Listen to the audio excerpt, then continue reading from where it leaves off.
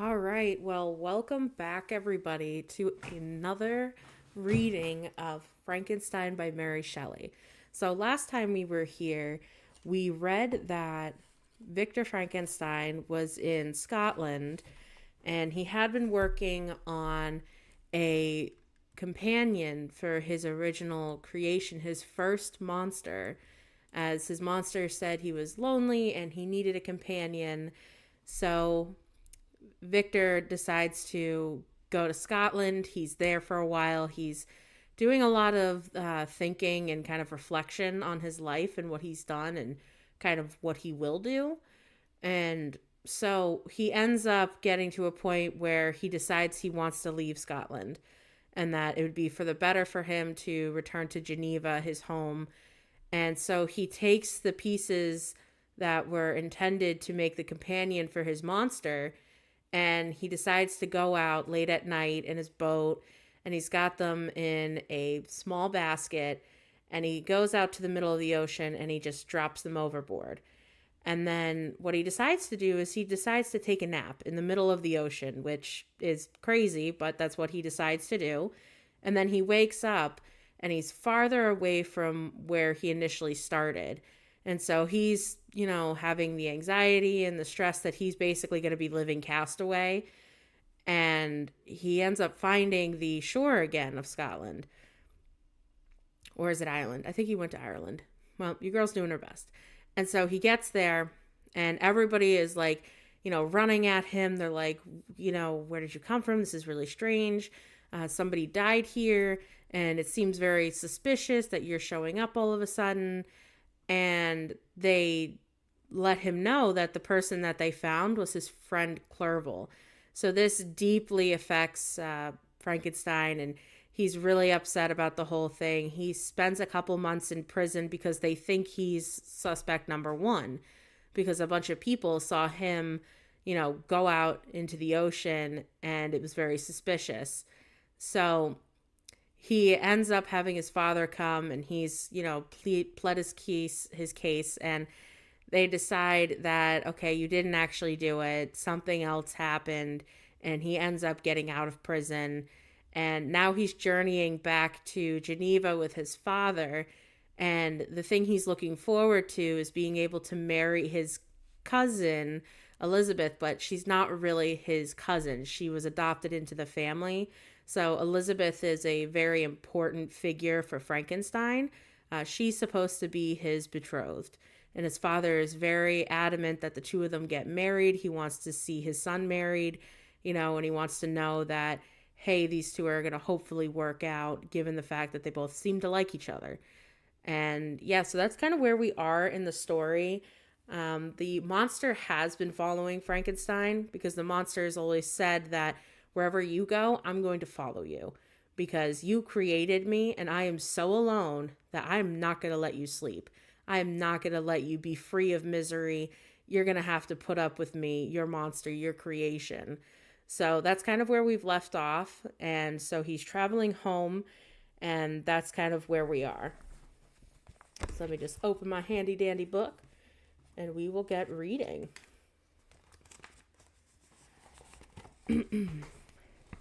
Chapter 22. The voyage came to an end. We landed and proceeded to Paris. I soon found that I have overtaxed my strength, and that I must repose before I could continue my journey.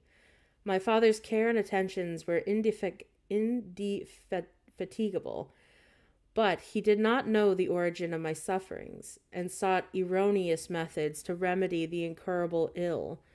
He wished me to seek amusement in society. I abhorred the face of man. Oh, not abhorred! They were my brethren, my fellow beings, and I felt attracted even to the most repulsive among them as to the creatures of an angelic nature and celestial mechanism. But I felt that I had no right to share their intercourse. I had unchained an enemy among them, whose joy it was to shed their blood and to revel in their groans, how they would, each and all, abhor me, and hunt me from the world. Did they know my unhallowed acts and the crimes which had their source in me? My father yielded at length to my desire to avoid society, and strove by various arguments to banish my despair. Sometimes he thought that I felt deeply the degradation of being obliged to answer a charge of murder, and he endeavored to prove me the futility of pride. "Alas, my father," I said, "how little do you know me. Human beings, their feelings and passions, would indeed be degraded if such a wretch as I felt pride. Justine, poor Justine, was as innocent as I, and she suffered the same charge. She died for it. And I am the cause of this. I murdered her. William, Justine, and Henry, they all died by my hands." My father had often, during my imprisonment, heard me make the same assertion. When I thus accused myself, he sometimes seemed to desire an explanation, and at others he appeared to consider it as the offering of delirium, and at that, during my illness, some idea of this kind had presented itself to my imagination, the remembrance of which I preserved in my convalescence. I avoided explanation and maintained a continuous silence concerning the wretch I had created. I had a persuasion that I should be supposed to be mad, and that this itself would be forever chained by my tongue. But besides, I could not bring myself to disclose a secret which would fill my hearer with consternation, and make fear and unnatural horror the inmates of his breast. I checked, therefore, my impatient thirst for sympathy, and was silent when I would have given the world to have confided the fatal secret. Yet still, words like those I have recorded would burst uncontrollably from me. I could offer no explanation of them, but their truth in part revealed the burden of my mysterious woe. Upon this occasion, my father said with an expression of unbounded wonder, "My dearest Victor, what infatuation is this? My dear son, I entreat you never to make such an assertion again." "I am not mad," I cried energetically. "The sun and the heavens, those who have viewed my operations, can bear witness of my truth. I am the assassin of those most innocent victims. They died by my machinations. 1,000 times would I have shed my own blood, drop by drop, to have saved their lives. But I could not, my father. Indeed, I could not sacrifice the whole of the human race." The conclusion of this speech convinced my father that my ideas were deranged, and he instantly changed the subject of our conversation, and endeavored to alter the course of my thoughts. He wished as much as possible to obliterate the memory of the scenes that had taken place in Ireland, and never alluded to them or suffered me to speak of my misfortunes. As time passed away, I became more calm.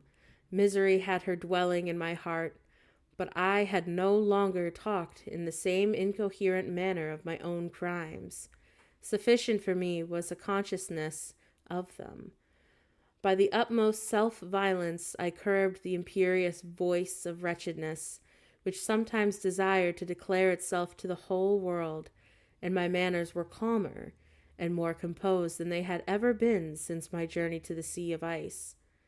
A few days before we left Paris on our way to Switzerland, I received the following letter from Elizabeth. "My dear friend, it gave me the greatest pleasure to receive a letter from my uncle, dated at Paris. You are no longer at a formidable distance, and I may hope to see you in less than a fortnight. My poor cousin, how much you must have suffered! I expect to see you looking even more ill than when you quitted Geneva. This winter has passed most miserably, tortured as I have been by anxious suspense, yet I hope to see peace in your countenance, and to find that your heart is not totally void of comfort and tranquillity. Yet I fear that the same feelings now exist that made you so miserable a year ago, even perhaps augmented by time. I would not disturb you at this period when so many misfortunes weigh upon you, but a conversation that I had with my uncle previous to his departure renders some explanation necessary before we meet.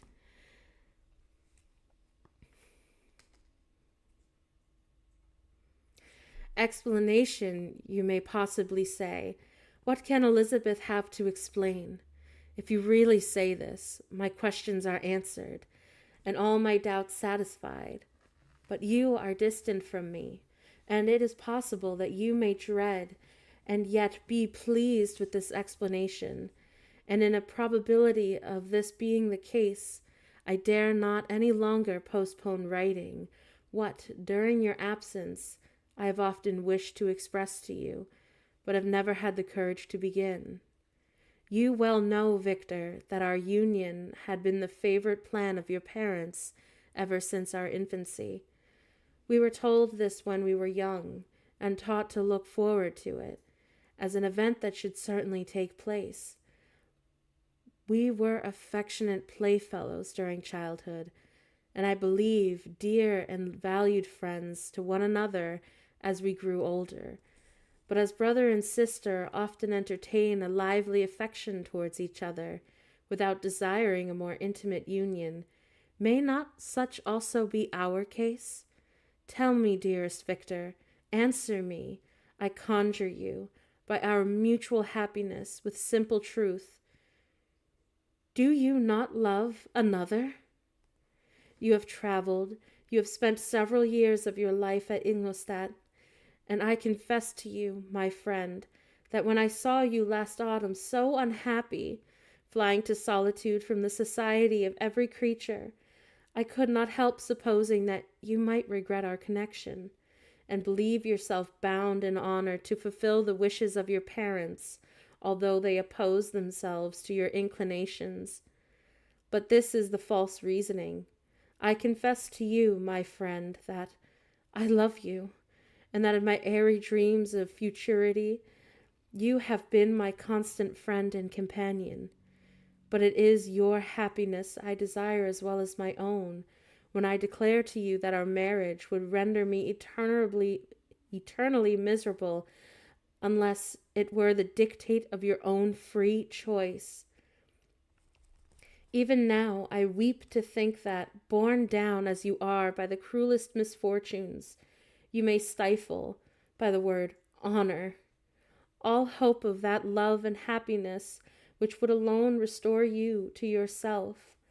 I, who have so disinterested an affection for you, may increase your miseries tenfold by being an obstacle to your wishes. Ah, Victor, be assured that your cousin and playmate has too sincere a love for you not to be made miserable by this supposition. Be happy, my friend, and if you obey me in this one request, remain satisfied that nothing on earth will have the power to interrupt my tranquillity. Do not let this letter disturb you. Do not answer tomorrow, or the next day, or even until you come, if it will give you any pain. My uncle will send me news of your health, and if I see but one smile on your lips when we meet, occasioned by this or any other exertion of mine, I shall need no other happiness. Signed, Elizabeth Lavenza. This letter revived in my memory what had been before forgotten. The threat of the fiend. I will be with you on your wedding night. Such was my sentence, and on that night would the demon employ every part to destroy me and tear me from the glimpse of happiness which promised partly to console my sufferings. On that night he had determined to consummate his crimes by my death. Well, be it so. A deadly struggle would then assuredly take place, in which, if he were victorious, I should be at peace, and his power over me be at an end. If he were vanquished, I should be a free man. Alas, what freedom!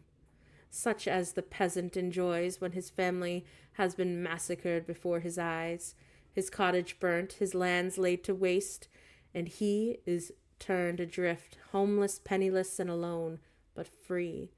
Such would be my liberty, except that, in my Elizabeth, I possessed a treasure, alas, balanced by those horrors of remorse and guilt which would pursue me until death. Sweet and beloved Elizabeth, I read and reread her letter, and some softened feeling stole into my heart and dared to whisper paradisiacal dreams of love and joy. But the apple was already eaten, and the angel's arm bared to drive me from all hope. Yet I would die to make her happy. If the monster executed his threat, death was inevitable. Yet again I considered whether my marriage would hasten my fate. My destruction might indeed arrive a few months sooner, but if my torturer should suspect that I postponed it, influenced by his menaces, that surely he would find another and perhaps more dreadful means of revenge. He had vowed to be with me on my wedding night, yet he did not consider that threat as binding him to peace in the meantime, for as if to show me that he was not yet satiated with blood, he had murdered Clerval immediately after the enunciation of his threats. I resolved, therefore, that if my immediate union with my cousin would conduce either to hers or my father's happiness, my adversary's designs against my life should not retard in a single hour. In this state of mind I wrote to Elizabeth. My letter was calm and affectionate. I fear, my beloved girl, I said, little happiness remains for us on earth, yet all that I may one day enjoy is centered on you. Chase away your idle fears. To you alone do I consecrate my life and my endeavors for contentment. I have one secret, Elizabeth, a dreadful one. When revealed to you, it will chill your frame with horror, and then, far from being surprised at my misery, you will only wonder that I survive what I have endured. I will confide this tale of misery and terror to you the day after our marriage shall take place. For my sweet cousin, there must be a perfect confidence between us. But until then, I conjure you, do not mention or allude to it. This is the most earnest entreat, and I know you will comply. About a week after the arrival of Elizabeth's letter, we went to Geneva.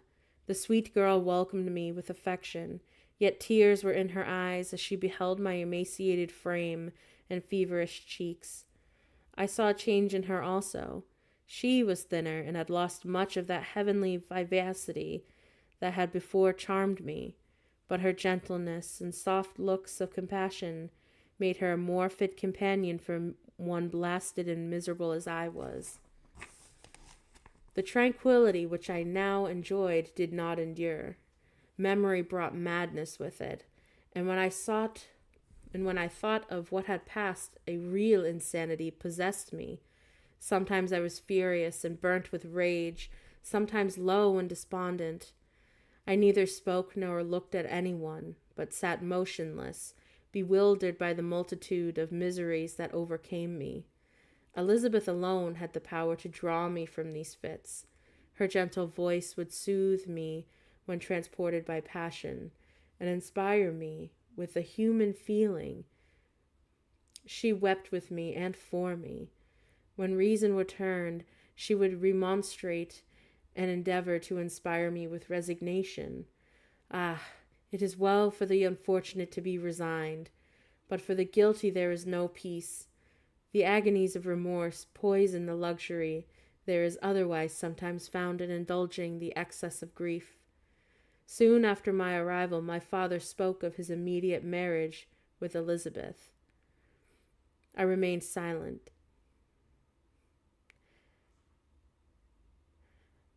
Have you then some other attachment? None on earth. I love Elizabeth and look forward to our union with delight.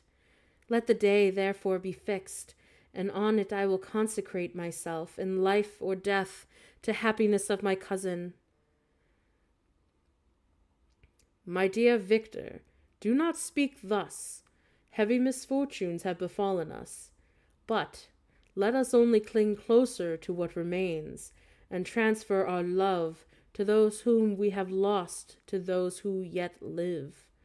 Our circle will be small, but bound close by the ties of affection and mutual misfortune. And when time shall have softened your despair, new and dear objects of care will be born to replace those of whom we have been so cruelly deprived. Such were the lessons of my father, but to me the remembrance of the threat returned, nor can you wonder that, omnipotent as the fiend had been in his deeds of blood, I should almost regard him as invincible, and that when he had pronounced the words, "I shall be with you on your wedding night," I should regard the threatened fate as unavoidable. But death was no evil to me if the loss of Elizabeth were balanced with it, and I therefore, with a contented and even cheerful countenance, agreed with my father that, if my cousin would consent, the ceremony should take place in 10 days, and thus put, as I imagined, the seal to my fate. Great God! If for one instant I had thought what might be the hellish intention of the fiendish adversary, I would rather have banished myself forever from my native country, and wandered a friendless outcast over the earth, than have consented to this miserable marriage. But as if possessed of magic powers, the monster had blinded me to his real intentions, and when I thought that I had prepared only my own death, I hastened that of a far dearer victim.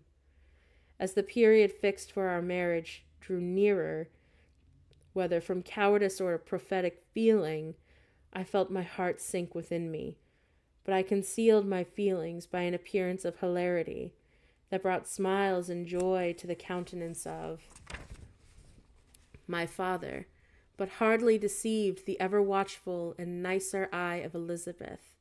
She looked forward to our union with placid contentment, not unmingled with a little fear which past misfortunes had impressed, that what now appeared certain and tangible happiness might soon dissipate into an airy dream, and leave no trace but deep and everlasting regret.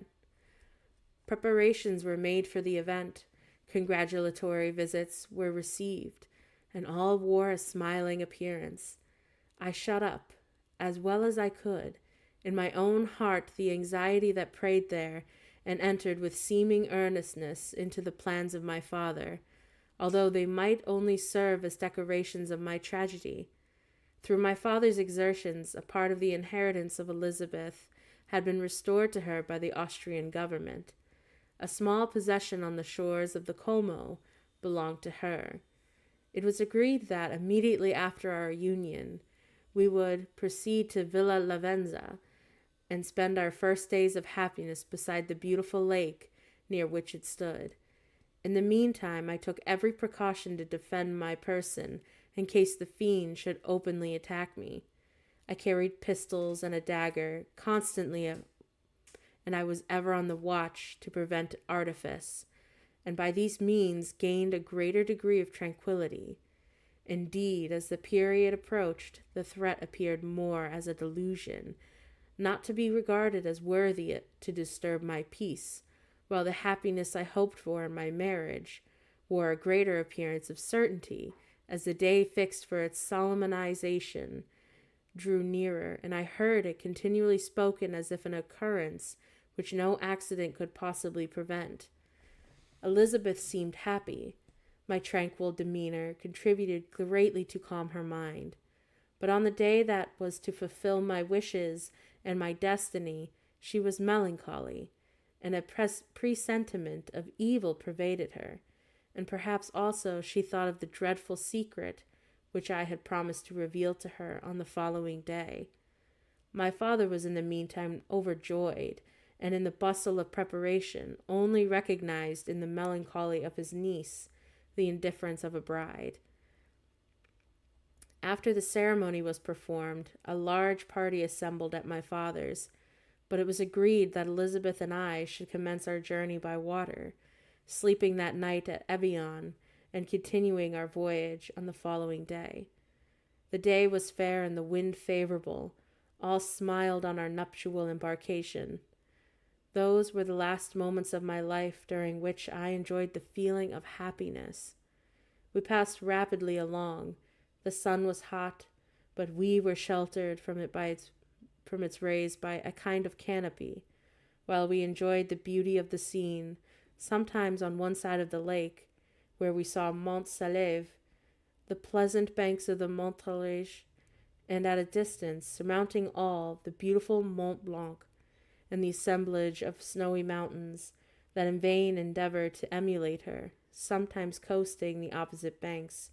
We saw the mighty Jura, opposing its dark side to the ambition that would quit its native country, and an almost insurmountable barrier to the invader who should wish to enslave it. I took the hand of Elizabeth. "You are sorrowful, my love. Ah, if you knew what I have suffered, and what I may yet endure, you would endeavor to let me taste the quiet and freedom from despair that this one day at least permits me to enjoy." "Oh, be happy, my Victor," replied Elizabeth. "There is, I hope, nothing to distress you, and be assured that if a lively joy is not painted in my face, my heart is contented. Something whispers to me not to depend too much on the prospect that is open before us, but I will not listen to such a sinister voice. Observe how fast we move along, and how the clouds, which sometimes obscure and sometimes rise above the dome of Mont Blanc, render this scene of beauty still more interesting. Look also at the innumerable fish that are swimming in the clear waters, where we can distinguish every pebble that lies at the bottom. What a divine day! How happy and serene all nature appears!" Thus Elizabeth endeavored to divert her thoughts and mind from all reflection upon melancholy subjects, but her temper was fluctuating. Joy for a few instances shone in her eyes, but continually gave place to distraction and reverie. The sun sank lower in the heavens. We passed the river Drance, and observed its path through the chasms of the higher and the glens of the lower hills. The Alps here come closer to the lake, and we approached the amphitheater of the mountains which forms its eastern boundary. The spire of Evian shone under the woods that surrounded it, and the range of the mountain above mountain by which it was overhung. The wind, which had hitherto carried us along with amazing rapidity, sunk at sunset to a light breeze. The soft air just ruffled the water, and caused a pleasant motion among the trees as we approached the shore, from which it wafted the most delightful scent of flowers and hay. The sun sank beneath the horizon as we landed, and I touched the shore, felt those cares and fears revive which were soon to clasp me and cling to me forever.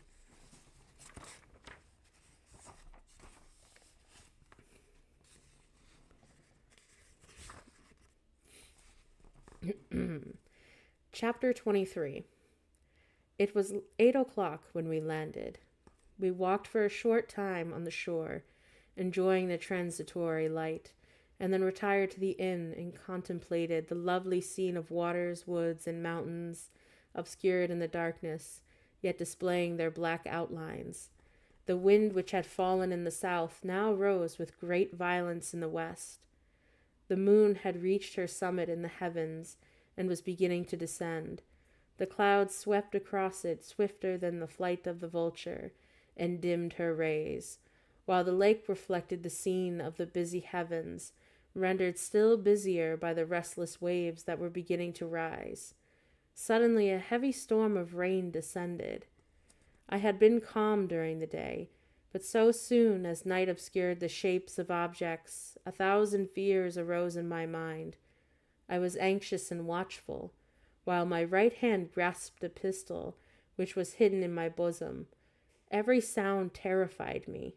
but I resolved that I would sell my life dearly and not shrink from the conflict until my own life or that of my adversary was extinguished. Elizabeth observed my agitation for some time in timid and fearful silence, but there was something in my glance which communicated terror to her, and trembling she asked, "What is it that agitates you, my dear Victor? What is it you fear?" "Oh, peace, peace, my love," I replied. "This night and all will be safe, but this night is dreadful, very dreadful."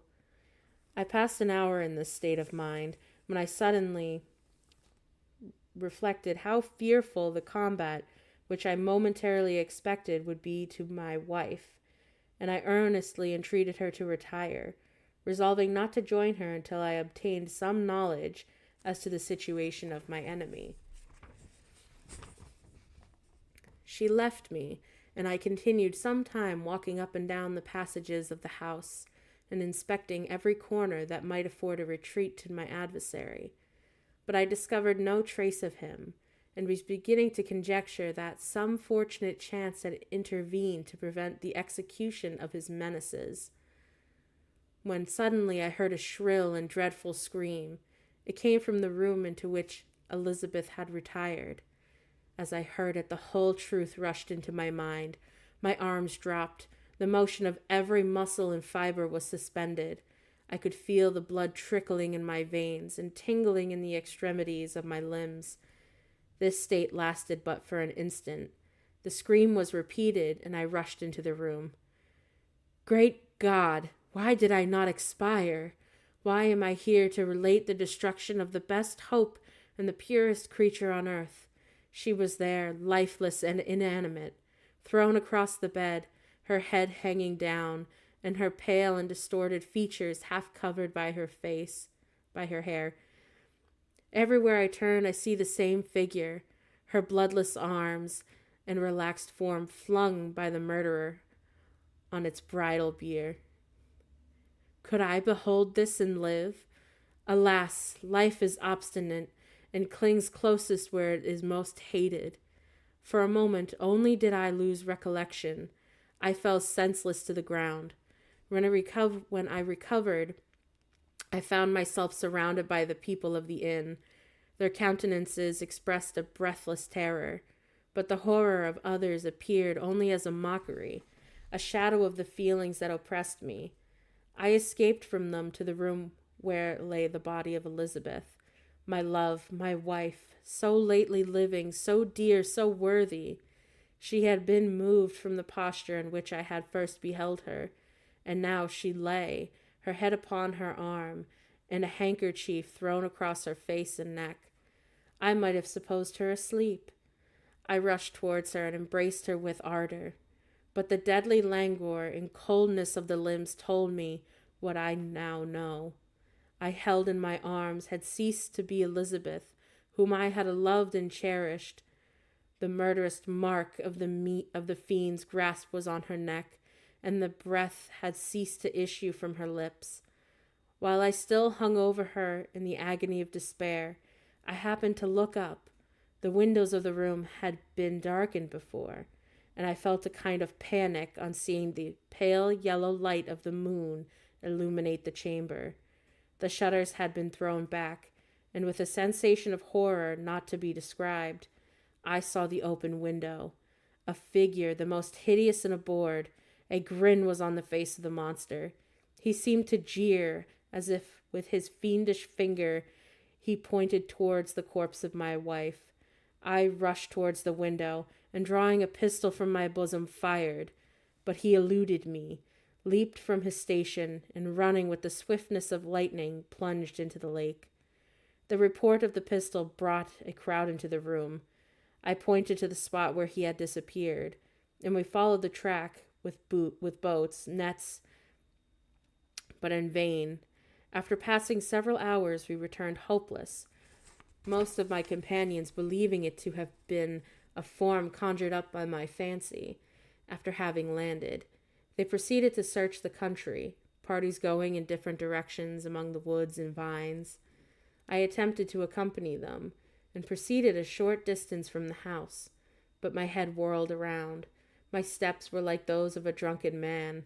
I fell at last in a state of utter exhaustion. A film covered my eyes, and my skin was parched with heat of fever. In this state I was carried back and placed on a bed, hardly conscious of what had happened. My eyes wandered around the room, as if to seek something I had lost. After an interval I rose, and as if by instinct crawled into the room where the corpse of my beloved laid. There were women weeping around. I hung over it and joined my sad tears to theirs. All this time no distinct idea presented itself to my mind, but my thoughts rambled to various subjects, reflecting confusedly on my misfortunes and their cause. I was bewildered in a cloud of wonder and horror. The death of William, the execution of Justine, the murder of Clerval, and lastly of my wife. Even at that moment, I knew not that my only remaining friends were safe from the malignity of the fiend. My father even now might be writhing under his grasp, and Ernest might be dead at his feet. This idea made me shudder and recalled me to action. I started up and resolved to return to Geneva with all possible speed. There were no horses to be procured, and I must return by the lake, but the wind was unfavorable and the rain fell in torrents. However, it was hardly morning, and I might reasonably hope to arrive by night. I hired men to row and took an oar myself, for I had always experienced relief from mental torment in bodily exercise, but the overflowing misery I now felt and the excess of agitation that I endured rendered me incapable of any exertion. I threw down the oar, and leaning my head upon my hands, gave way to every gloomy idea that arose. If I looked up, I saw scenes which were familiar to me in my happier time, and which I had contemplated but the day before in the company of who was now but a shadow and a recollection. Tears streamed from my eyes. The rain had ceased for a moment, and I saw the fish play in the waters as they had done a few hours before. They had been observed by Elizabeth. Nothing is so painful to the human mind as a great and sudden change. The sun might shine or the clouds might lower, but nothing could appear to me as it had done the day before. A fiend had snatched from me every hope of future happiness. No creature had ever been so miserable as I was. So frightful an event is single in the history of man. But why would I dwell upon the incidences that would follow this last overwhelming event? Mine had been a tale of horrors. I have reached their acme, and what I must now relate can be tedious to you. Know that, one by one, my friends were snatched away. I was left desolate. My own strength is exhausted, and I must tell in a few words what remains of my hideous narration. I arrived at Geneva. My father and Ernest yet lived, but the former sunk under the tidings that I bore. I see him now, excellent and venerable old man. His eyes wandered in vacancy, for they had lost their charm and their delight. His Elizabeth, his more than daughter, whom he doted on with all that affection which man feels, who in the decline of life, having very few affections, clings to more earnestly. Cursed be the fiend that brought this misery on his gray hairs and doomed him to waste and wretchedness. He could not live under the horrors that had accumulated around him. The springs of existence suddenly gave way. He was unable to rise from his bed, and in a few days he died in my arms. What then became of me? I know not. I lost sensation, and chains and darkness were the only objects that pressed upon me. Sometimes, indeed, I dreamt that I wandered into flowery meadows and pleasant vales with the friends of my youth, but I awoke and found myself in a dungeon. Melancholy followed, but by degrees I gained a clear conception of my miseries and situation, and was then released from my prison, for they had called me mad, and during many months, as I understood, a solitary cell had been my habitation. Liberty, however, had been a useless gift to me. Had I not, as awakened to reason, at the same time awakened to revenge? As the memory of past misfortunes pressed upon me, I began to reflect on their cause, the monster whom I had created, the miserable demon whom I had sent abroad into the world for my destruction. I was possessed by a maddening rage when I thought of him, and desired and ardently prayed that I might have him within my grasp to wreak and create a single revenge on his cursed head. Nor did my hate long confine itself to useless wishes. I began to reflect on the best means of securing him, and for this purpose, about a month after my release, I repaired to a criminal judge in the town and told him that I had an accusation to make, that I knew the destroyer of my family, and that I required him to exert his whole authority for the apprehension of the murderer. The magistrate listened to me with attention and kindness. "Be assured, sir," he said, "no pains or exertions on my part shall fail to be spared to discover the villain." "I thank you," I replied. "Listen, therefore, to the deposition that I have to make. It is indeed a tale so strange that I should fear you would not credit it, were there not something in truth which, however wonderful, forces conviction. The story is too connected to be mistaken for a dream, and I have no motive or for falsehood." My manner as thus addressed him was impressive but calm. I had formed in my own heart a resolution to pursue my destroyer to death, and this purpose quieted my agony, and for an interval reconciled me to life. I now related my history briefly, but with firmness and precision, marking the dates with accuracy, and never deviating into invective or exclamation. The magistrate at first perfectly incredulous, but as I continued, he became more attentive and interested. I saw him sometimes shudder with horror, as others a lively surprise, unmingled with disbelief, was painted on his countenance. When I had concluded my narration, I said, "This is the being whom I accuse, and for whose seizure and punishment I shall call upon you to exert your whole power. It is your duty as a magistrate, and I believe and hope that your feelings as a man will not revolt from the execution of those functions on this occasion." This address caused a considerable change in the physiognomy of my own auditor. He had heard my story with the half kind of belief that is given to a tale of spirits and supernatural events, but when he was called upon to act officially in consequence, the whole tide of his incredulity returned.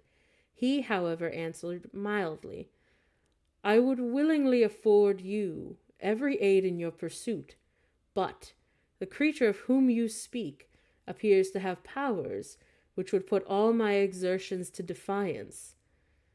Who can follow an animal which can traverse the sea of ice and inhabit caves and dens where no man would venture to intrude?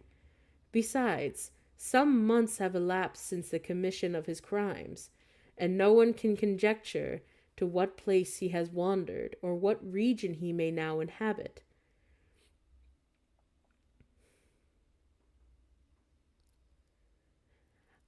I do not doubt that he hovers near the spot where I inhabit, and if he has indeed taken refuge in the Alps, he may be hunted like the chamois and destroyed as a beast of prey. But I perceive your thoughts. Do not credit my narrative, and do not intend to pursue my enemy with a punishment which is his desert." As I spoke, rage sparkled in my eyes. The magistrate was intimidated. "You are mistaken," he said. "I will exert myself, and if it is in my power to seize the monster, be assured that he shall suffer punishment proportionate to his crimes. But I fear, from what you have told me yourself, that his properties, that this will prove impractical, and thus, while every proper measure is pursued, you should make up your mind to disappointment. That cannot be, but all that I can say will be of little avail. My revenge is of no moment to you, yet, while I allow it to be a vice, I confess that it is the devouring and the only passion of my soul. My rage is unspeakable when I reflect that the murderer whom I have turned loose upon society still exists. You refuse my just demand. I have but one resource, and I devote myself, either in my life or death, to his destruction. I trembled with excess of agitation as I said this. There was a frenzy in my manner, and something, I doubt not, that of a haughty fierceness, which was the martyrs of old are said to have possessed. But to a Genevan magistrate, whose mind was occupied by far other ideas than those of devotion and heroism, this elevation of mind had much the appearance of madness. He endeavored to soothe me as a nurse does a child, and reverted to my tale as the effects of delirium. Man, I cried, how ignorant art thou in thy pride of wisdom! Cease, you know not what you say. I broke from the house angry and disturbed, and retired to meditate on some other mode of action.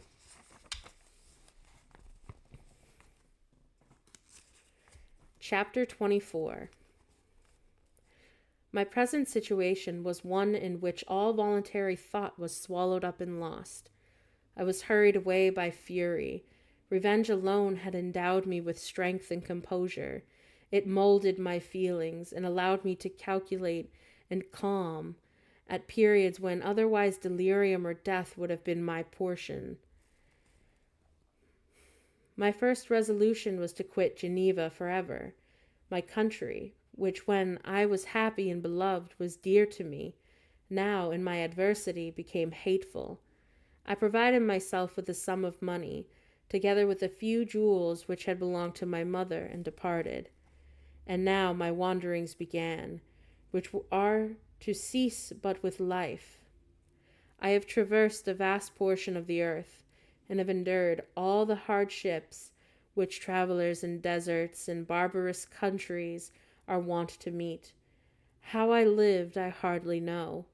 Many times I have stretched my failing limbs upon the sandy plain and prayed for death, but revenge kept me alive. I dared not die and leave my adversary in being. When I quitted Geneva, my first labor was to gain some clue by which I might trace the steps of my fiendish enemy. But my plan was unsettled, and I wandered many hours round the confines of my town, uncertain which path I should pursue. As night approached, I found myself at the entrance of the cemetery, where William, Elizabeth, and my father reposed. I entered it and approached the tomb which marked their graves. Everything was silent except the leaves of the trees, which were gently agitated by the wind. The night was nearly dark, and the scene would have been solemn and affecting, even to an uninterested observer. The spirits of the departed seemed to flit around and to cast a shadow, which was felt but not seen, around the head of the mourner. The deep grief which this scene had first excited quickly gave way to rage and despair. They were dead, and I lived. Their murderer also lived, and to destroy him, I must drag out my weary existence. I knelt on the grass and kissed the earth, and with quivering lips exclaimed, "By the sacred earth on which I kneel, by the shades that wander near me, by the deep and eternal grief that I feel, I swear, and by thee, O night, and the spirits that preside over thee, to pursue the demon who caused this misery until he or I perish in mortal conflict. For this purpose I will preserve my life, to execute this dear revenge. Will I again behold the sun, and tread the green herbage of the earth, which otherwise should vanish from my eyes forever? I call upon you, spirits of the dead, and on you, wandering ministers of vengeance, to aid and conduct me in my work. Let the cursed and the hellish monster drink deep of agony. Let him feel the despair that now torments me. I had begun my adoration with solemnity and in an awe which almost assured me that the shades of my murdered friends heard and approved my devotion. But the furies possessed me as I concluded, and rage choked my utterance. I was answered through the stillness of night by a loud and fiendish laugh. It rung on my ears long and heavily. The mountains re-echoed it, and I felt as if all hell surrounded me with mockery and laughter. Surely in that moment I should have been possessed by frenzy, and have destroyed my miserable existence. But that my vow was heard, that I reserve for vengeance. The laughter died away, when a well-known and a bored voice, apparently close to my ear, addressed me in an audible whisper. I am satisfied, miserable wretch. You have determined to live, and I am satisfied. I darted towards the spot from which the sound proceeded, but the devil eluded my grasp. Suddenly the broad disk of the moon arose and shone full upon his ghastly and distorted shape, as he fled with more than mortal speed. I pursued him, and for many months this has been my task. Guided by a slight clue, I followed the windings of the Rhone, but vainly. The blue Mediterranean appeared, and by strange chance I saw the fiend enter by night and hide himself in a vessel bound for the Black Sea. I took my passage in the same ship, but he escaped. I do not know how. Amidst the wilds of the Tartary in Russia, although he still evaded me, I have ever followed in his track. Sometimes the peasants, scared by this horrid apparition, informed me of his path. Sometimes he himself, who feared that I lost all trace of him, I should despair and die, left some mark to guide me. The snows descended on my head, and I saw the print of his huge step on the white plain. To you, first entering on life, to whom care is new and agony unknown, how can you understand what I have felt and still feel? Cold, want, and fatigue were the least pains which I was destined to endure. I was cursed by some devil, and carried about with me my eternal hell. Yet still a spirit of good followed and directed my steps, and when I almost murmured, would suddenly extricate me from the seemingly insurmountable difficulties. Sometimes when nature, overcome by hunger, sunk under the exhaustion, a repast was prepared for me in the desert that restored and inspirited me. The fare was indeed coarse, such as the peasants of the country ate, but I will not doubt that it was set there by the spirits that I had invoked to aid me. Often when all was dry and the heavens cloudless, and I was parched by thirst, a slight cloud would bedim the sky, shed a few drops that revived me, and vanish. I followed when I could the courses of the rivers, but the demon generally avoided these, as it was here that the population of the country chiefly collected. In other places human beings were seldom seen, and I generally subsisted on the wild animals that crossed my path. I had money with me, and gained the friendship of the villagers by distributing it, or I bought with me some food that I had killed, which after taking a small part I always presented to those who had provided me with fire and utensils for cooking. My life, as it passed thus, was indeed hateful to me, and it was during sleep alone that I could enjoy taste. Oh, blessed sleep! Often when most miserable I sank to repose, and my dreams lulled me into rapture. The spirits that guarded me had provided these moments, or rather hours of happiness, that I might retain strength to fulfill my pilgrimage. Deprived of this respite, I should have sunk under my hardships. During the day I was sustained and inspirited by the hope of night, for in sleep I saw my friends, my wife, and my beloved country. Again I saw the benevolent countenance of my father, heard the silver tones of my Elizabeth's voice, and beheld Clerval joining health and youthful.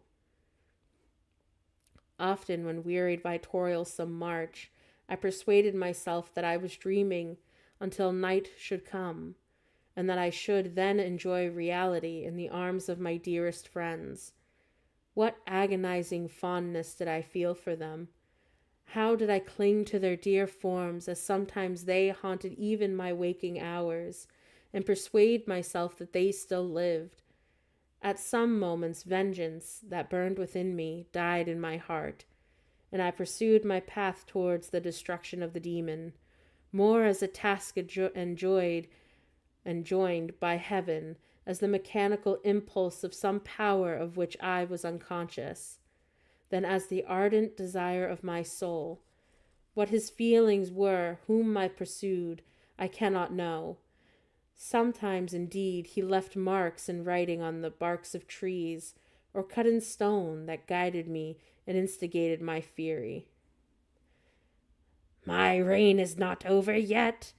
These words were legible in one of the inscriptions. You live, and my power is complete. Follow me. I seek the everlasting ices of the north, where you will feel the misery of cold and frost, to which I am impassive. You will find near this place, if you follow not too tardily, a dead hare. Eat and be refreshed. Come on, my enemy. We have yet to wrestle for our lives, but many hard and miserable hours must you endure until that period shall arrive. Scoffing devil, again I do vow vengeance, again I do devote thee, miserable fiend to torture and death. Never will I give up my search until he or I perish. And then, with that ecstasy, shall I join my Elizabeth and my departed friends, who even now prepare for me the reward of my tedious toil and horrible pilgrimage. I'm going to take a small break. I do need to get a little bit of water, but I do want to finish this because we are very close to the end. So I'm just going to take a small brief intermission, and I will be right back.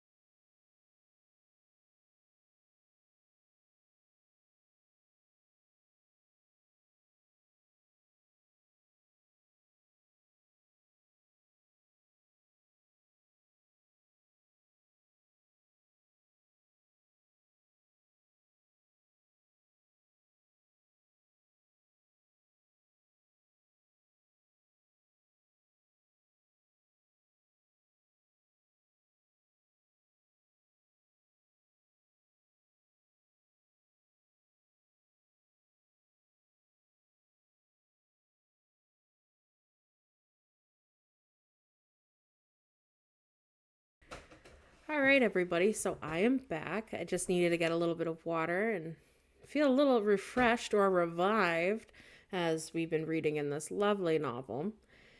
So I'm going to continue reading because we're very close to the end. So we have about 11 more pages. And I'm excited to see how this ends. Who wins, who loses? We shall find out. Ho ho. Little eyebrow something for you there. As I still pursued my journey to the northward, the snows thickened and the cold increased in a degree almost too severe to support. The peasants were shut up in their hovels, and only a few of the most hardy ventured forth to seize the animals whom starvation had forced from their hiding places to seek for prey. The rivers were covered with ice, and no fish could be procured, and thus I was cut off from my chief article of maintenance. The triumph of my enemy increased with the difficulty of my labors. One inscription that he left in these words said, "Prepare, your toils only begin. Wrap yourself in furs and provide food, for we shall soon enter upon a journey where your sufferings will satisfy my everlasting hatred." My courage and perseverance were invigorated by these scoffing words. I resolved not to fail in my purpose, and calling on heaven to support me, I continued with unabated fervor to traverse immense deserts until the ocean appeared at a distance and formed the utmost boundary of the horizon. Oh, how unlike it is to be the bluest seas of the south! Covered with ice, it was only to be distinguished from land by its superior wildness and ruggedness. The Greeks wept for joy when they had beheld the Mediterranean from the hills of Asia, and hailed with rapture the boundary of their toils.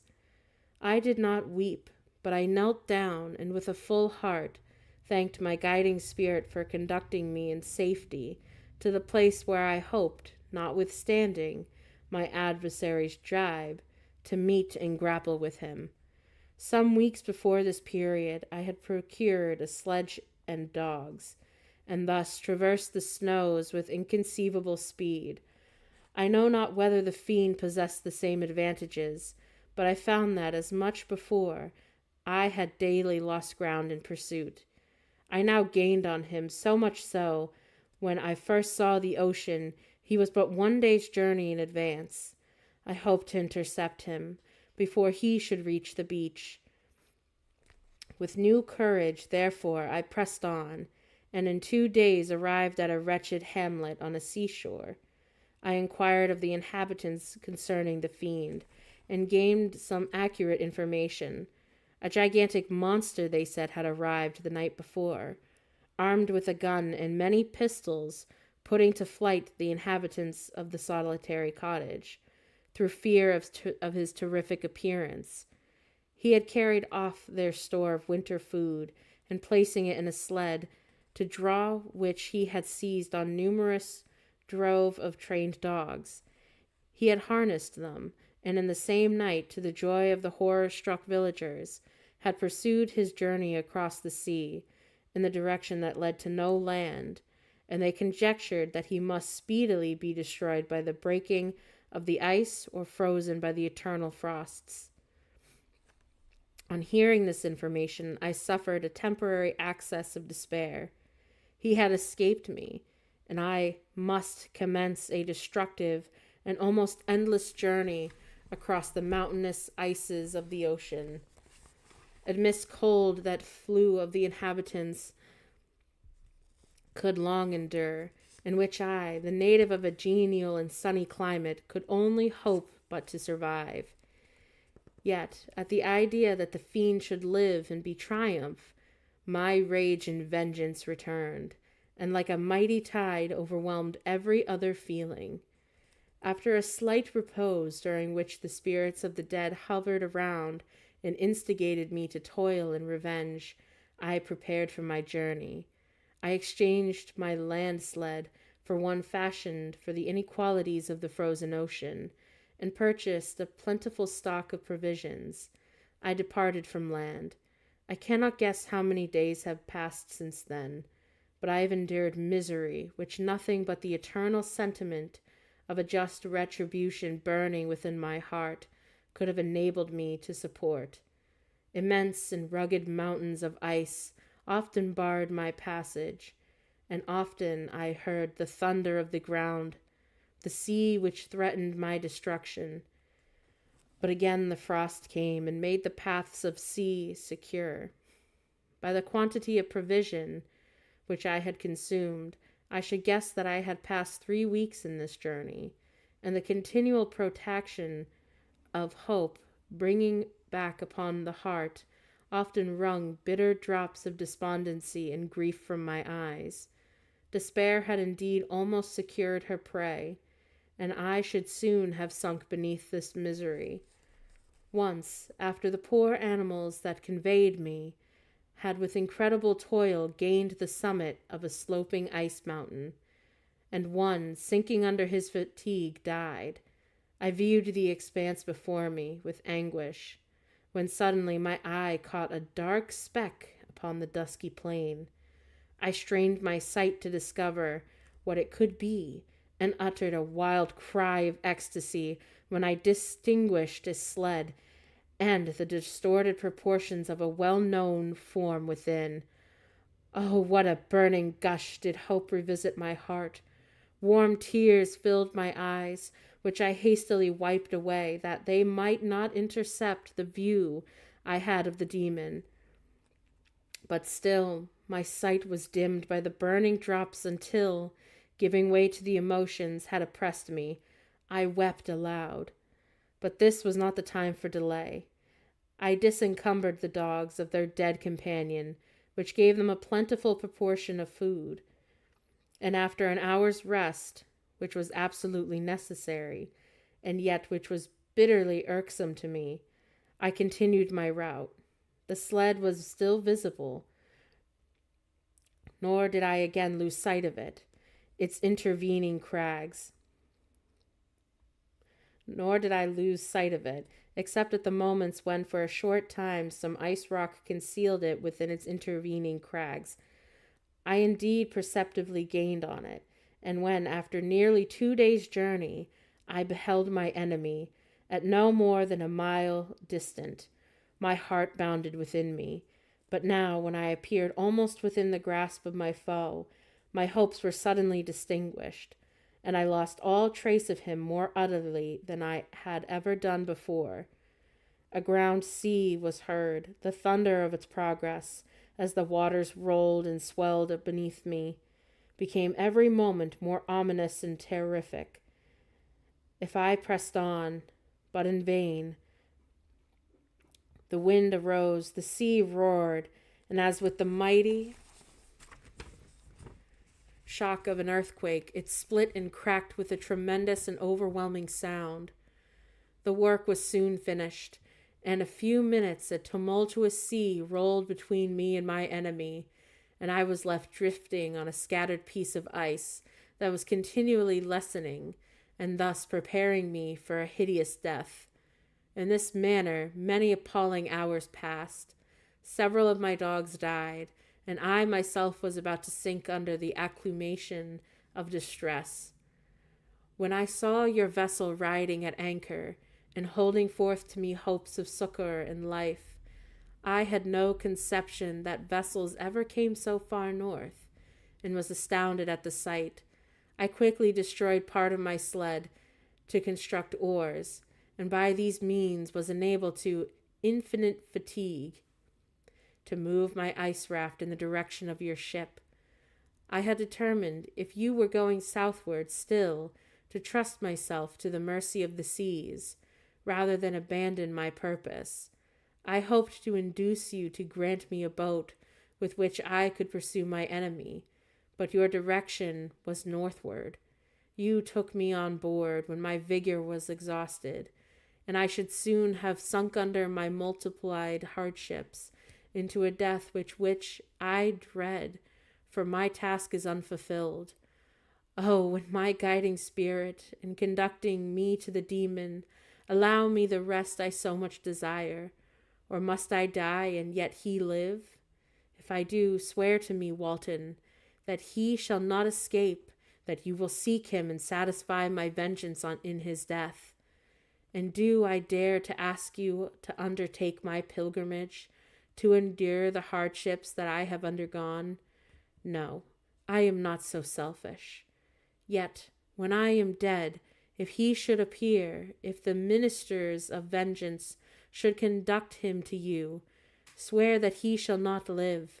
Swear that he shall not triumph over my accumulated woes and survive to add to the list of his dark crimes.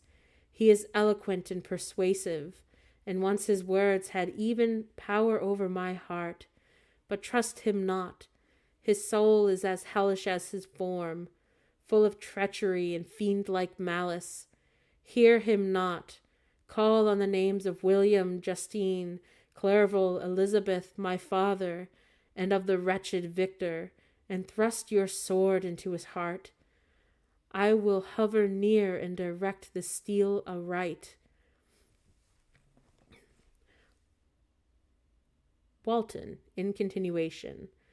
So now we are reading in the perspective of Walton, the guy who found Victor drifting on the ice. You have read in this strange and terrific story, Margaret, and do you not feel your blood congeal with horror, like that which even now curdles mine? Sometimes seized with sudden agony, he could not continue his tale. At others his voice broken, yet piercing, uttered with difficulty the words so replete with anguish. His fine and lovely eyes were now alighted with indignation, now subdued to downcast sorrow, and quenched with an infinite wretchedness. Sometimes he commanded his countenance and tones, and related the most horrible incidences with a tranquil voice, suppressing every mark of agitation. Then, like a volcano bursting forth, his face would suddenly change to an expression of the wildest rage, as he shrieked out imprecations on his persecutor. His tale is connected, and told with an appearance of the simplest truth. Yet I owe to you that the letters of Felix and Safie, which he showed me, and the apparition of the monster seen from our ship, brought to me a greater conviction of truth of his narrative than his assertiveness, however earnest and connected. Such a monster has then really been in existence. I cannot doubt it, yet I am lost in surprise and admiration. Sometimes I endeavor to gain from Frankenstein the particulars of his creature's formation, but on this point he was impenetrable. Are you mad, my friend? He said.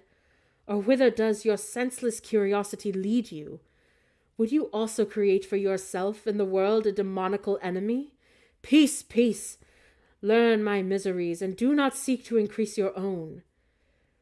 Frankenstein had discovered that I made notes concerning his history. He asked to see them, and then himself corrected and augmented them in many places, but principally in giving the life and spirit to the conversations he held with his enemy. Since you have preserved my narration, he said, I would not that a mutilated one should go down to posterity. Thus a week passed away, while I have listened to the strangest tale that ever imagination formed. My thoughts and every feeling of my soul have been drunk up by the interest for my guest, which this tale and his own elevated and gentle manners have created. I wish to soothe him, yet I can counsel one so infinitely miserable, so destitute of every hope of consolation, to live. Oh no, the only joy that he can now know will be when he composes his shattered spirit to peace and death. Yet he enjoys one comfort, the offspring of solitude and delirium. He believes that when, in dreams, he holds converse with his friends, and derives from them that communion, the consolation for his miseries or excitements to his vengeance, that they are not the creations of his fantasy, but the beings themselves who visit him from the regions of a remote world. This faith gives a solemnity to his reveries that render them to me almost as imposing and interesting as truth. Our conversations are not always confined to his own history and misfortunes. On every point of general literature, he displays unbounded knowledge and a quick and piercing apprehension. His eloquence is forcible and touching, nor can I hear him when he relates a pathetic incident or endeavors to move the passions of pity or love without tears. What a glorious creature must he have been in the days of his prosperity, when he is thus noble and godlike in ruin. He seems to feel his own worth and greatness of his fall. When younger, he said, I believed myself destined for some great enterprise. My feelings are profound, but I professed a coolness of judgment that fitted me with illustrious achievements. This sentiment of the worth of my nature supported me when others would have been oppressed, for I deemed it criminal to throw away in useless grief those talents that might be useful to my fellow creatures. When I reflected on the work that I had completed, no less a one than the creation of a sensitive and rational animal, I could not rank myself with the herd of common projectors. But this thought, which supported me in the commencement of my career, now serves only to plunge me lower in the dust.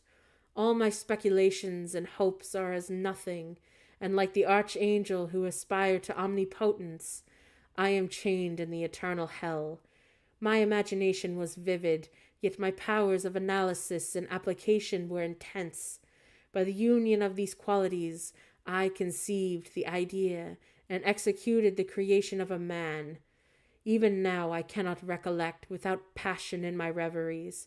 While the work was incomplete, I trod heaven in my thoughts, now exulting in my powers, now burning with the idea of their effects. From my infancy I was imbued with high hopes and a lofty ambition, but now I am sunk. O my friend, if you had known me as I once was, you would not recognize me in this state of degradation. Despondency rarely visited my heart. A high destiny seemed to bear me on until I fell, never again to rise. Must I then lose this admirable being? Have I longed for a friend? Have I sought for one who would sympathize with me and love me? Behold, on these desert seas I have found such a one. But I fear I have gained him only to know his value and lose him. I would reconcile him to life, but he repulses the idea. I thank you, Walton, he said, for your kind intentions towards so miserable a wretch, but when you speak of new ties and fresh affections, think you that any can replace those who are gone? Can any man be to me as Clerval was, or any woman another Elizabeth, even where the affections are not strongly moved, or any superior excellence? The companions of our childhood always possesses a certain power over our minds, which hardly any later friend can obtain. They know our infantine dispositions, which, however they may be afterwards modified, are never eradicated, and they can judge of our actions with more certain conclusions as to the integrity of our motives. A sister or a brother can never, unless, indeed, such symptoms have been shown early, suspect the other of fraud or false dealing, when another friend, however strongly he may be attached, may in spite of himself be contemplated with suspicion. But I enjoyed friends, dear not only through habit and association, but from when their own merits, and wherever I am, soothing voice of my Elizabeth and the conversation of Clerval will be ever whispered in my ear. They are dead, but one feeling in such a solitude can persuade me to preserve my life. If I were engaged in any high undertaking or design, fraught with extensive utility to my fellow creatures, then I could live to fulfill it. But such is not my destiny. I must pursue and destroy the being to whom I gave existence. Then my lot on earth will be fulfilled, and I may die. September 2nd, Walton.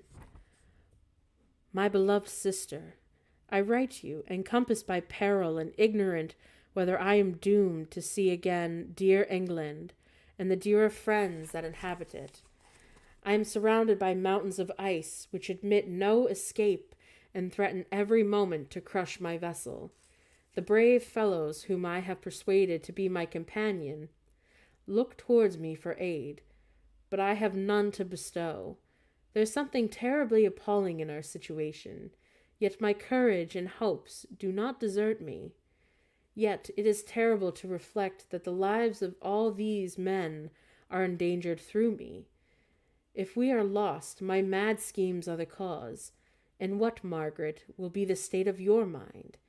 You will not hear of my destruction, and you will anxiously await my return. Years will pass, and you will have visitings of despair, and yet be tortured by hope. Oh, my beloved sister, the sickening failing of your heartfelt expectations is, in prospect, more terrible to me than my own death. But you have a husband and lovely children. You may be happy. Heaven bless you and make you so. My unfortunate guest regards me with the tenderest compassion. He endeavors to fill me with hope and talks of life as if it were a possession which he valued. He reminds me how often the same accidents have happened to other navigators who have attempted this sea, and in spite of myself he fills me with cheerful auguries. Even the sailors feel the power of his eloquence. When he speaks, they no longer despair. He rouses their energies, and while they hear his voice, they believe these vast mountains of ice are molehills, which will vanish before the resolutions of man. These feelings are transitory. Each day of expectation delayed fills them with fear. I almost dread a mutiny caused by this despair. September 5th, Walton.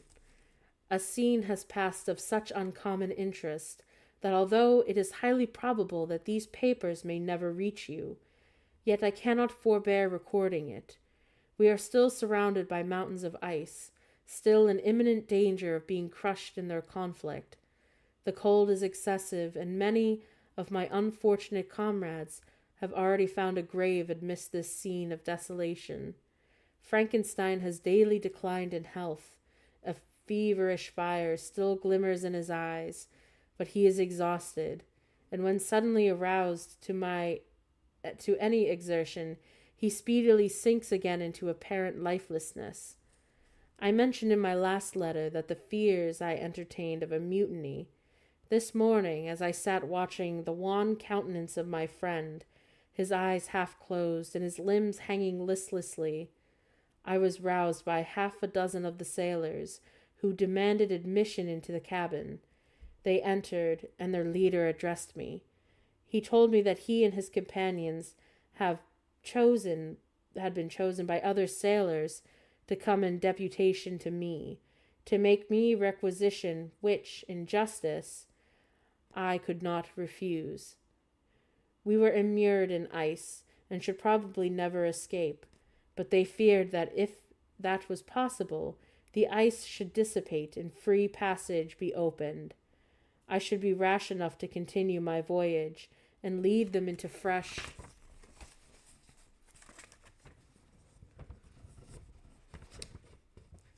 dangers after they might happily have surmounted this. They insisted, therefore, that I should engage with a solemn promise that if the vessel should be freed, I would instantly direct my course southward. This speech troubled me. I had not despaired, nor had I yet conceived the idea of returning, if set free. Yet could I, in justice, or even in possibility, refuse this demand?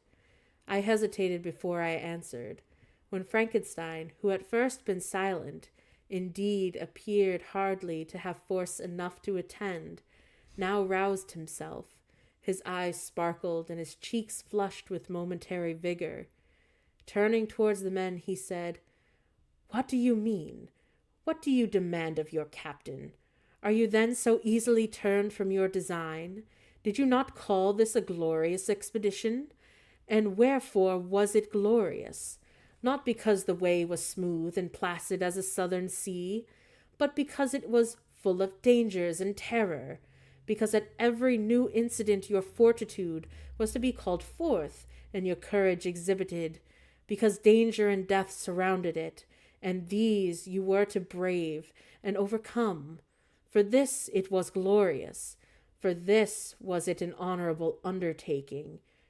You come here, whereafter to be hailed as the benefactors of your species, your names adorned as belonging to brave men who encountered death for honor and the benefit of mankind. And now, behold, with the first imagination of danger, or if you will, the first mighty and terrific trial of your courage, you shrink away, and are content to be handed down as men who had not strength enough to endure cold and peril, and so, poor souls, they were chilly and returned to their warm firesides. Why, that requires not this preparation. Ye need not have come thus far and dragged your captain to shame of a defeat, merely to prove yourselves cowards. Oh, be men, or more than men. Be steady to your purposes and firm as a rock. This ice cannot be made of such stuff as your hearts may be. It is mutable and cannot withstand you, if you say that it shall not. Do not return to your families with the stigma of disgrace marked on your brows. Return as heroes, who have sought nothing and conquered all, and who know not what it is to turn their backs on the foe." He spoke with such a voice so modulated to the different feelings expressed in his speech, with an eye so full of lofty design and heroism, that you can wonder that these men were so moved. They looked at one another and were unable to reply. I spoke. I told them to retire and consider what had been said, but I would not lead them farther north if they strenuously desired the contrary, but that I hoped that, with reflection, their courage would return. They retired, and I turned towards my friend, but he was sunk in languor and almost deprived of life. How all this will terminate I do not know, but I had rather die than return shamefully, my purpose unfulfilled. Yet I fear such will be my fate. The men unsupported by ideas of glory and honor can never willingly continue to endure their present hardships. The die is cast, and I have consented to return if we are not destroyed. Thus my hopes blasted by cowardice and indecision. I come back ignorant and disappointed. It requires more philosophy than I possess to bear this injustice with patience. Walton, September 12th. It is past. I am returning to England. I have lost my hopes of utility and glory. I have also lost my friend. But I will endeavor to detail these bitter circumstances to you, dear sister, and while I am wafted towards England and towards you, I will not despond. September 9th, the ice began to move, and roarings like thunder were heard at a distance as the island split and cracked in every direction. We were in the most imminent peril, but as we could only remain passive, my chief attention was occupied by my unfortunate guest, whose illness increased in such a degree that he was entirely confined to his bed. The ice cracked beneath us, and was driven with force towards the north. A breeze sprung from the west, and on the 11th the passage towards the south became perfectly free. When the sailors saw this, and that their return to their native country was apparently assured, a shout of tumultuous joy broke from them, loud and long continued. Frankenstein, who was dozing, awoke and asked the cause of the tumult. "They shout," I said, "because they will soon return to England." "Do you then really wish to return?" "Alas, yes, I cannot withstand their demands. I cannot lead them unwillingly to danger, and I must return. Do so if you must, and so should you will, but I will not. You will give up your purpose, but mine is assigned to me by heaven, and I dare not. I am weak, but surely the spirits who assisted my vengeance will endow me with sufficient strength. Saying this, he endeavored to spring from the bed, but the exertion was too great for him, and he fell back and fainted. It was long before he was restored, and I often thought that life was entirely extinct. At length he opened his eyes. He breathed with difficulty and was unable to speak. The surgeon gave him a composing draught and ordered us to leave him undisturbed. In the meantime, he told me that my friend had certainly not many hours to live. His sentence was pronounced, and I could only grieve and be patient. I sat by his bed watching him. His eyes were closed, and I thought he slept. But presently he called to me in a feeble voice, and bidding me come near, said, "Alas, the strength I relied on is gone. I feel that I shall soon die, and he, my enemy, my persecutor, may still be in being. Think not, Walton, that in the last moments of my existence I feel that burning hatred and ardent desire of revenge I once expressed, but I am myself justified in desiring the death of my adversary. During these last few days, I have been occupied in examining my past conduct, nor do I find it blamable.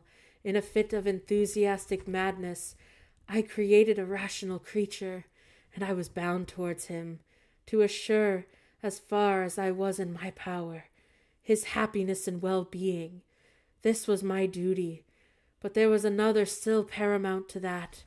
My duty towards the beings of my own species had been greater to my attention, because they included a greater proportion of happiness or misery. Urged by this view, I refused, and I did right in refusing, to create a companion for the first creature. He showed unparalleled malignity and selfishness and evil. He destroyed my friends and devoted to destruction the beings who possessed exquisite sensations, happiness, wisdom, nor do I know where this thirst of vengeance may end. Miserable himself, that he may render no other wretched, he ought to die. The task of his destruction was mine, but I have failed. When, actuated by selfish and vicious motives, I ask you, undertake my unfinished work, and I can renew this request now, when I am only induced by reason and virtue. Yet I cannot ask you to renounce your country, your friends, to fulfill this task, and now that you are returning to England, you have little chance of meeting with him, but the consideration of these points and the well-balancing of what you may esteem your duties, I leave to you. My judgment and ideas are already disturbed by the near approach of death. I dare not ask you to do what I think right, for I may still be misled by passion. That he should live to be the instrument of mischief disturbs me in other respects. This hour when I momentarily expect my release is the only happy one which I have enjoyed for several years. The forms of the beloved dead flit before me and hasten to their arms. Oh, farewell, Walton. Seek happiness and tranquillity, and avoid ambition, even if it is only the apparent innocent one of distinguishing yourself in science and discovery. Why should I say this? I have myself been blasted in these hopes, yet another may succeed. His voice became fainter as he spoke, and at length, exhausted by his effort, he sunk into silence. About a half-hour afterwards he attempted again to speak, but was unable. He pressed my hand feebly, and his eyes closed forever, while the irritation of the gentle smile passed away from his lips. Margaret, what comment can I make on the untimely extinction of this glorious spirit? What can I say that will enable you to understand the depth of my sorrow? All that I should express should be inadequate and feeble. My tears flow. My mind is overshadowed by a cloud of disappointment. But I journey towards England, and I may find there consolation. I am interrupted. What do these sounds portend? It is midnight. The breeze blows fairly, and the watch on deck scarcely stirs. Again, there is a sound as if a human voice, but hoarser, comes from the cabin where the remains of Frankenstein lie still. I must arise and examine. Good night, my sister. Great God! What a scene has just taken place! I am yet dizzy with the remembrance of it. I hardly know whether I shall have the power to detail it, yet the tale which I have recorded would be incomplete without this final and wonderful catastrophe. I entered the cabin where lay the remains of my ill-fated and admirable friend. Over him hung a form which I cannot find words to describe. Gigantic in stature, yet uncouth and distorted in its proportions. As he hung over the coffin, his face was concealed by long locks of ragged hair, but one vast hand was extended, and color and apparent texture like that of a mummy. When he heard the sound of my approach, he ceased to utter exclamations of grief and horror, and sprung towards the window. Never did I behold a vision so horrible as his face, of such loathsome yet appalling hideousness. I shut my eyes involuntarily, and endeavored to recollect were my duties with regard to his destroyer. I called on him to stay. He paused, looking on me with wonder, and again turning towards the lifeless form of his creator. He seemed to forget my presence, and every feature and gesture seemed instigated by the wildest rage of some uncontrolled passion. "This is also my victim," he exclaimed. "In his murder my crimes are consummated. The miserable series of my being is wound to its close. O Frankenstein, generous and self-devoted being, what does it avail that I now ask thee to pardon me? I who irretrievably destroyed thee by destroying all thou lovest. Alas, he is cold and cannot answer me." His voice seemed suffocated, and my first impulses, which had suggested to me the duty of obeying the dying request of my friend and destroying his enemy, were now suspended by a mixture of curiosity and compassion. I approached this tremendous being. I dared not again raise my eyes to his face. There was something so scarring and unearthly in his ugliness. I attempted to speak, but the words died away on my lips. The monster continued to utter wild and incoherent self-reproaches. At length I gathered resolution to address him in a pause of the tempest of his passion. "Your repentance," I said, "is now superfluous. If you had listened to the voice of consciousness and heeded the stings of remorse before you, and had urged your diabolical vengeance to this extremity, Frankenstein would have yet lived." "And do you dream?" said the demon. "Do you think that I, then dead to agony and remorse, he continued, pointing to the corpse, "he suffered not in the consummation of the deed. Oh, not the 10,000th portion of the anguish that was mine during the lingering detail of its execution. A frightful selfishness hurried me on, while my heart was poisoned with remorse. Think you that the groans of Clerval were music to my ear? My heart was fashioned to be susceptible of love and sympathy, and when wretched by misery to vice and hatred did not endure the violence of the change without torture such as you cannot even imagine. After I murdered Clerval, I returned to Switzerland, heartbroken and overcome. I pitied Frankenstein, My pity amounted to horror. I abhorred myself. But when I discovered that he, the author of once of my existence and of its unspeakable torments, dared to hope for happiness, that while he accumulated wretchedness and despair upon me, he sought his own judgment in feelings and passions, from the indulgence of which I was never barred, then impotent envy and bitter indignation filled me with insatiable thirst for vengeance. I recollected my threat and resolved that it should be accomplished.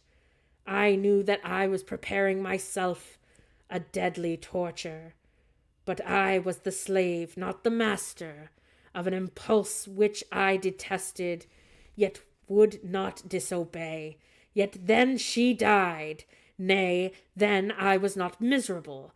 I had cast off all feeling, subdued all anguish to riot in the excess of my despair. Evil henceforth became my good.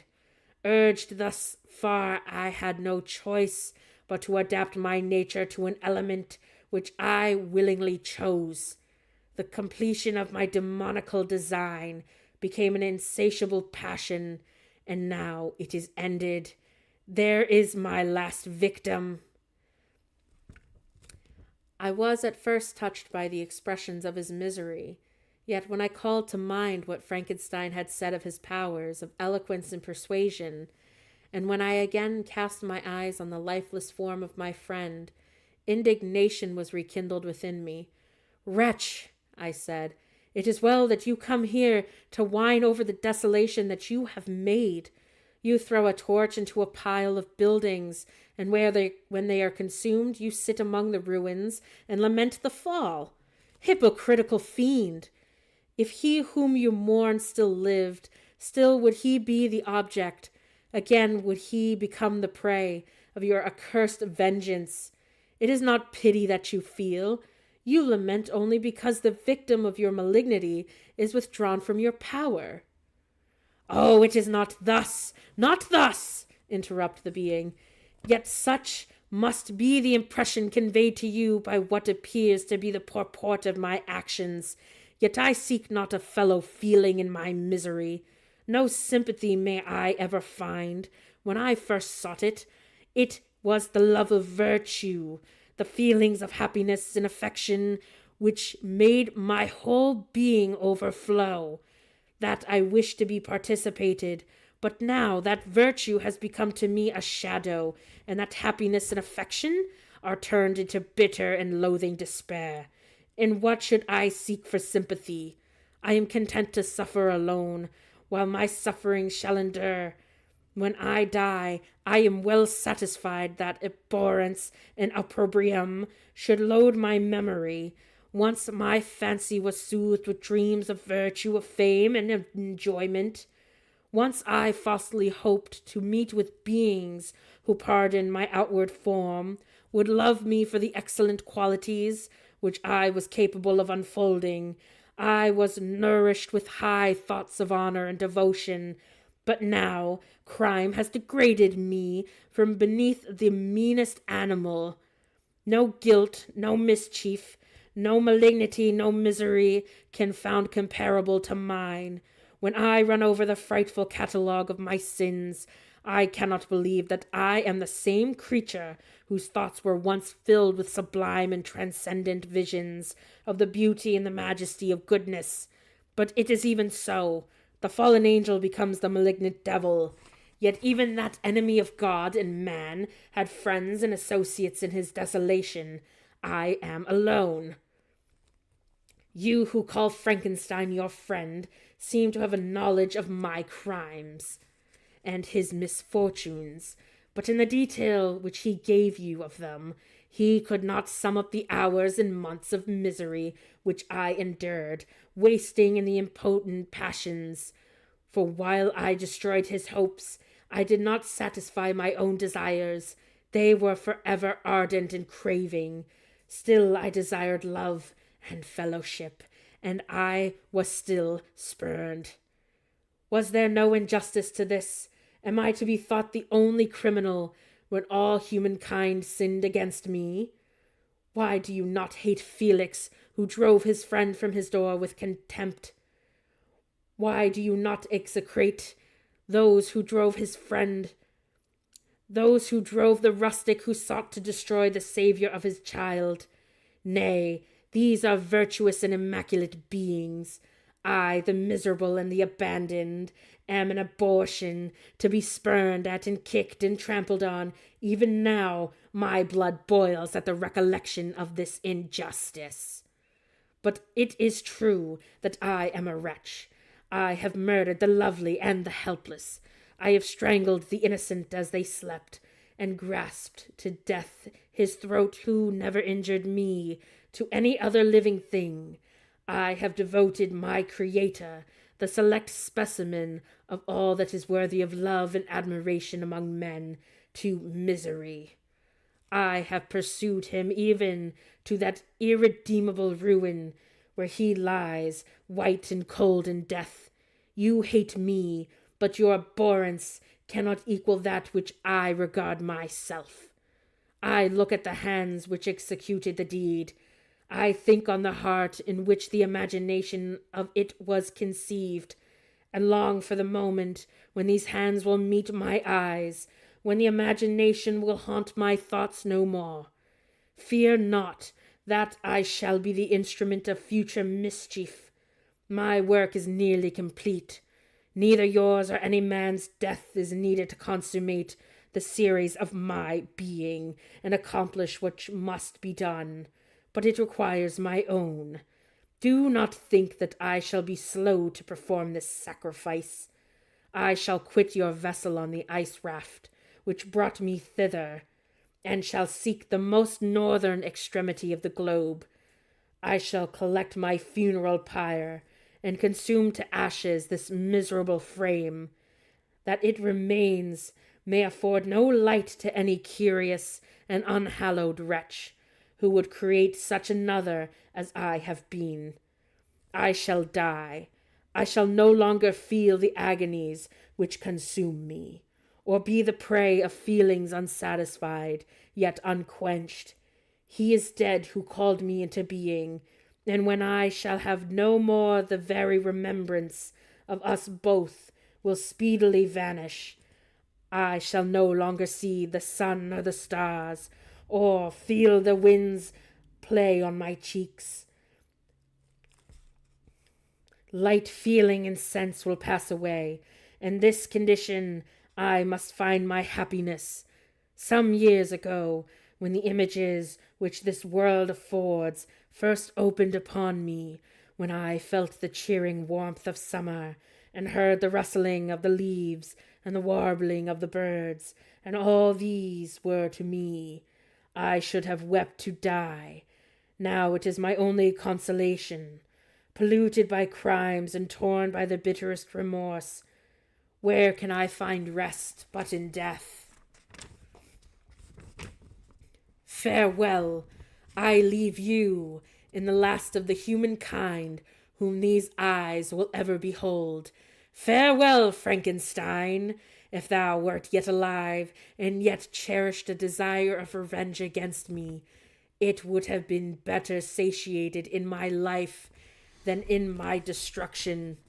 But it was not so. Thou didst seek my extinction, that I might not cause greater wretchedness, and if yet, in some mode unknown to me, thou hadst not ceased to think and feel, thou wouldst not desire against me a vengeance greater than that which I feel.